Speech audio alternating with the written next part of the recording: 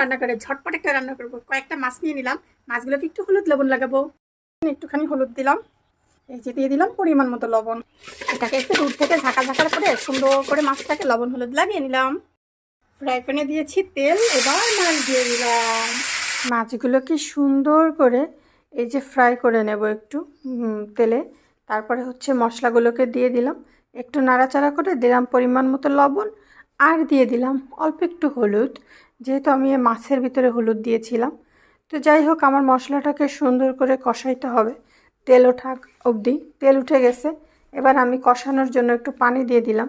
মানে মাছটা যেহেতু দেবো, টমেটো দিব, এই টমেটোগুলো দিয়ে দিলাম। আর মানে পানিটা দিয়ে সুন্দর করে আবার মশলাটাকে একটু কষাই নিলাম। আবার টমেটোর মধ্যে অল্প একটু পরিমাণ পানি দিলাম, কারণ ঝোল দেব।